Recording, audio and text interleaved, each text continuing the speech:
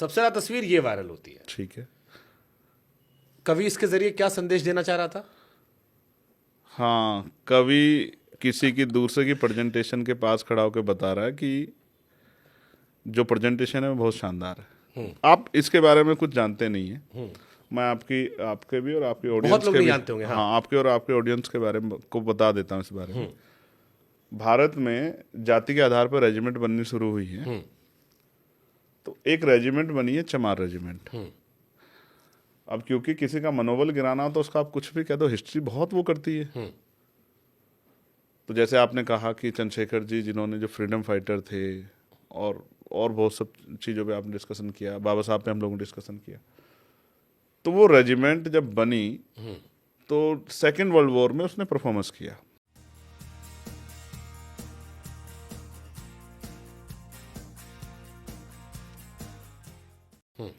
और बहुत शानदार परफॉर्मेंस किया। बैटल ऑफ ऑनर का जो है रिवार्ड उनको मिला। फिर वो इंडिया चले आए वापस।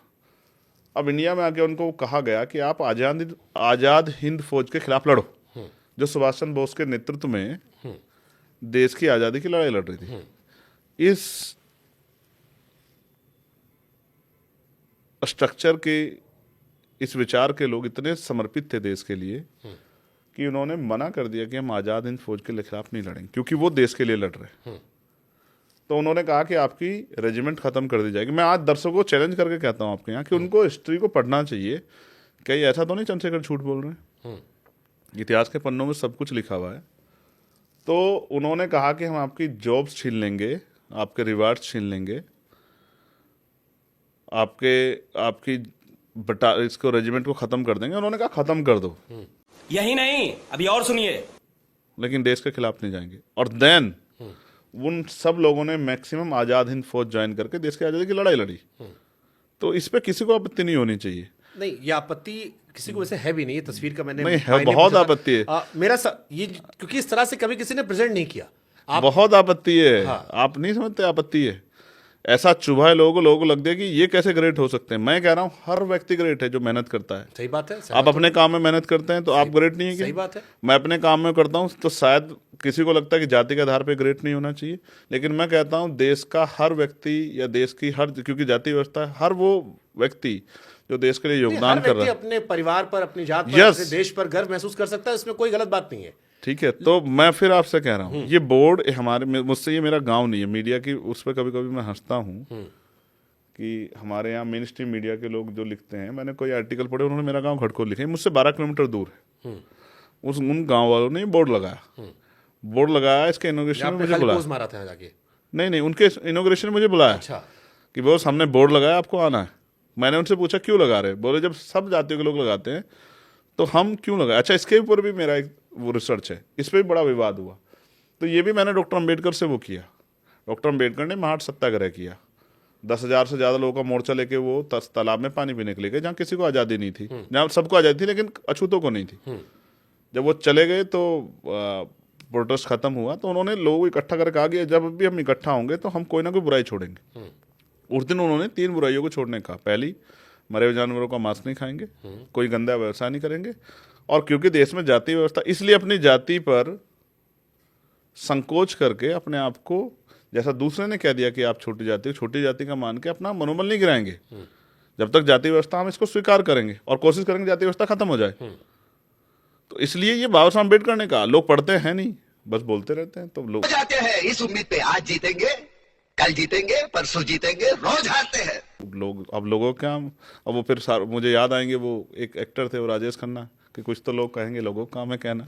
ब्यूटीफुल। हालांकि क्योंकि और किसी दलित नेता ने कभी ऐसा कहा नहीं, तो शायद ये पहली बार था। यही आपकी स्टाइल। मैं कह रहा हूँ देश का हर मेहनतकश आदमी वो ग्रेट है। सही बात है, मैं सहमत हूँ। और हर व्यक्ति जो इस देश में पैदा हुआ वो भी ग्रेट है। नहीं, यस, किसी धर्म, किसी जात, किसी मैं अकेला आदमी जिसने पार्लियामेंट में खड़े कहा कि भारत की महान जनता जिंदाबाद।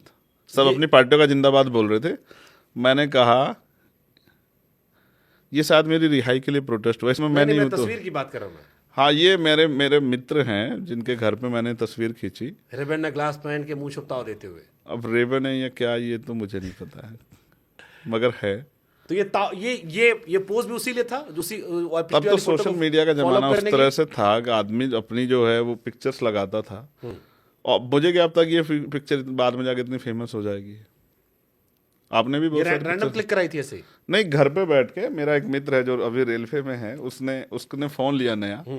हम लोग गए थे, मैं किसी काम से गया था, तो मैं बैठा कुर्सी, मैंने कहा कि अपने फोन में मेरा एक फोटो खींच दो। ये लेकिन प्रॉपर पोज है, ऐसे ऐसे बैठ के। ये थोड़ा सा हमको लगता है कि बॉलीवुड वाला फ्लेवर आता है आपके अंदर। फिल्में या तो बचपन में बहुत देखी है। कितने साल पुराना है, आप आइडिया लगाओ। आज के मेरे फेस कट को देख के आइडिया लगाओ कितने हाँ साल है, पुराना है। कम से कम होगा 12 13 साल। 2010-12 के आसपास की पिक्चर होगी हाँ, ये। तब का ही है। हाँ। तब मेरे बाइसेप्स आप देखते, मैं एक्सरसाइज करता था। तो कौन सा हीरो पसंद, संजय दत्त? नहीं, अब मैं इस पे चर्चा नहीं करना चाहता, क्योंकि अब तो जो हमारी लोग हैं, हाँ, अब उनको हीरो वर्शिप छोड़ के उनको मिशन मूवमेंट का काम में लगाना है। तो अब ठीक है, अब यही सही है। बट बॉलीवुड का इम्पैक्ट रहा आप पे, वो आपकी स्टाइल से थोड़ा हमको लगता है। गांव में आदमी टीवी देख के बड़ा होता है भाई। मैं गांव का आदमी हूँ। या तो मिथुन चक्रवर्ती होंगे, या अजय देवगन होंगे, या संजय दत्त। ये 3 में हम दाव लगा सकते आप अपने टाइम के हीरो की बात कर रहे हैं, आपकी पसंद के हीरो की बात कर रहे हैं। मैं फिर आपसे कह रहा हूँ, सारे सब ये पसंद है, लेकिन जब वो हीरो, अब मैं नहीं कहना चाहता लोगों को भावनाओं को ठेस पहुंचे। भारत में भावनाएं बड़ी हैं। जल्दी छुई आ मुई हैं। करो, हाथ जोड़ के मैं मोदी साहब से गुजारिश करता हूँ। मैं उनको हीरो इसलिए नहीं मानता अब कि वो वाइन का भी ऐड करते हैं, वो गुटखों का जो तम्बाकू है उसका भी ऐड करते हैं। वो हीरो कैसे हो सकते हैं जो अपने निजी फायदे के लिए और हर वो सीमा लांघ जाता है जिसका दूसरे को नुकसान होगा। आम आदमी गांव में क्या पता है कि कोई किस चीज़ का ऐड कर रहा है। वो तो उसको हीरो मानता है, तो उसके हिसाब से अगर गुटखा खाना शुरू कर दे, सिगरेट पीना शुरू कर दे, शराब बियर पीना शुरू कर दे, तो इसको क्या हीरो कहेंगे? ठीक है। वो अब तो एक अपना फोटो पैसा ये- कमाते हैं लोग। ये फोटो आती है एकदम जवानी, एकदम यस, कॉलेज की। कॉलेज की। हाँ, इस पे मैं बहुत ट्रोल हुआ हूँ। ये हाँ, मेरे जो टीका मुझसे जो लगा के कम लोग- प्रेम करते हैं, और स्पेशली जिनके लिए आप कह रहे हैं, वो कहते हैं कि पहले जो है चंद्रशेखर, पहले चंद्रशेखर टीका लगाते थे, अब नहीं लगाते। अब मुझे ये बताओ, बदल गए हैं। आपकी एक सामने वाले की भावनाओं का सम्मान। अच्छा, इस टीके में खराबी क्या है मुझे बताओ। कोई खराबी नहीं है। पहली बात तो मैं इसमें हमारा खराबी तो नहीं इस पे मानता। कॉमन है कि हर जाति ग्रेट है, हर मजहब ग्रेट है। पहली बात तो मैं इस तरह के स्ट्रक्चर का हिस्सा उस समय तक नहीं था। दूसरा, मैं नहीं मानता आपको सबकी भावनाओं का सम्मान करना है। हुआ ये है, मैं लॉ का मेरा फाइनल ईयर था, मेरी माँ ने मुझे सिखाया कि किसी की बेटी का अपमान नहीं होना चाहिए। तो हमारे यहाँ जो फर्स्ट ईयर की बच्ची आती, बहनें हमारी, उन्होंने पार्टी रखी, फेयरवेल पार्टी। उन्होंने कहा कि भाई आपको आना है। लास्ट पेपर था तो हम लोग अवेलेबल थे। मैं गया तो वो गेट पे लेके खड़े थे, तो उन्होंने ये टीके लगाने शुरू किए। हम लोग अंदर जाके बैठे, फिर उनका कार्यक्रम रहा। और आप गजब की बात मैं नहीं बता सकता, क्योंकि वो पेपर्स किस सिचुएशन में हुए थे। और मुझे कहा गया कोई कुछ कहना चाहता, तो मैंने आके क्या कहा, मेरे उस समय का पूरा ग्रुप्स कहता है कि भाई मैंने धन्यवाद किया उन टीचरों का जिन्होंने मदद की हमें कि हम पास हो जाए। नकल खूब अभी मजा आएगा ना भिड़ो। करवाई। ये आपकी बात है, इस पर मैं हामी नहीं भरना यूपी चाहता। में तो नकल खुला रही है। मैंने मेरी पढ़ाई लॉ उत्तराखंड की है बोस। आप उस टाइम यूपी आप उत्तराखंड यूपी अलग में थे? है? यूपी उत्तराखंड? Yes yes. अच्छा। ये यूपी तो 2000 में अलग हो गया ना। ये 2008-9 के करीब की बात है।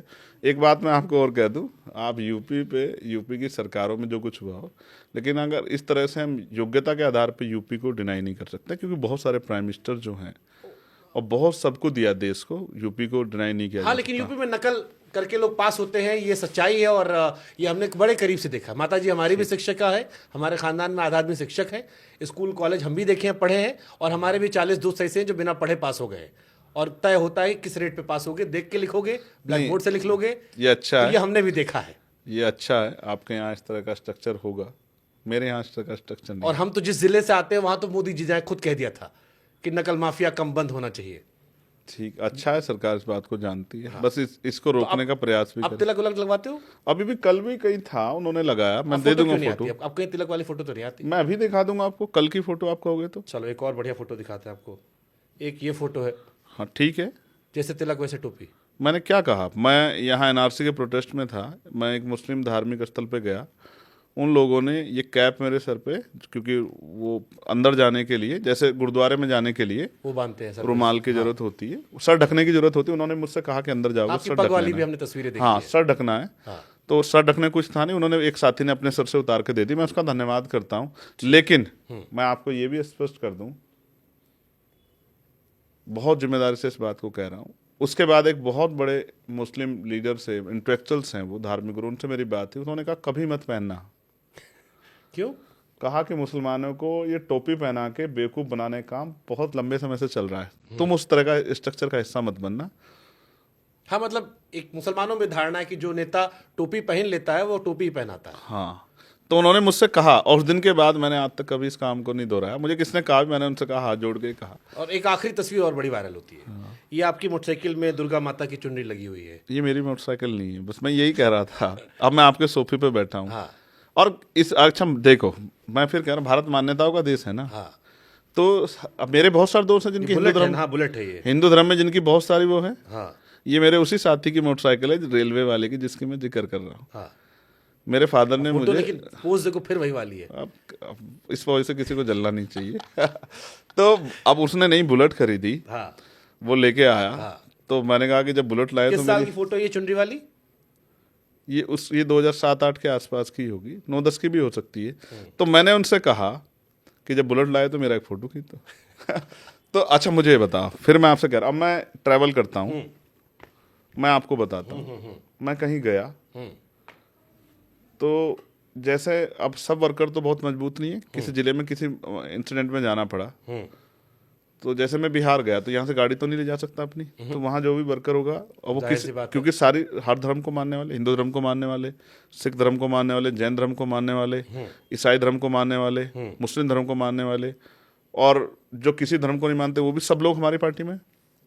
तो अब वो गाड़ी लेके आए अपनी तरफ से बहुत अच्छी करके, और वो जिस भी धर्म की मान्यता के अनुसार, किसने चुनरी बांधी है, किसने कोई और धार्मिक वो रखा है, तो मैं उसको क्या कहूँ कि मुझे खुशी नहीं हो रही तो इसको हटा। नहीं, ठीक है, मैं इस पॉइंट पे मैं सहमत हूँ। ठीक है, उठा ले रे देवा, उठा ले रे बाबा। ये कितना सच है कितना फसाना वो आप जानो, नहीं जनता ने, आप फिर समझो, क्योंकि इसका कोई प्रूफ तो है नहीं। आप कह रहे हो, हम मान ले रहे हैं, दर्शक को हम तय करने दे देंगे।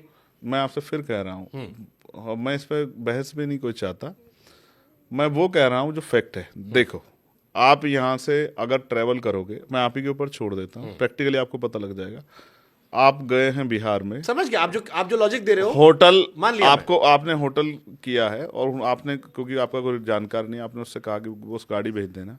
अब उस गाड़ी को चलाने वाला किस धर्म को मानने वाला है, वो सही किस बात तरह है, की वो उसमें है, आप कुछ आप नहीं उसमें कर- बैठो, आप उसमें क्या कर सकते हैं?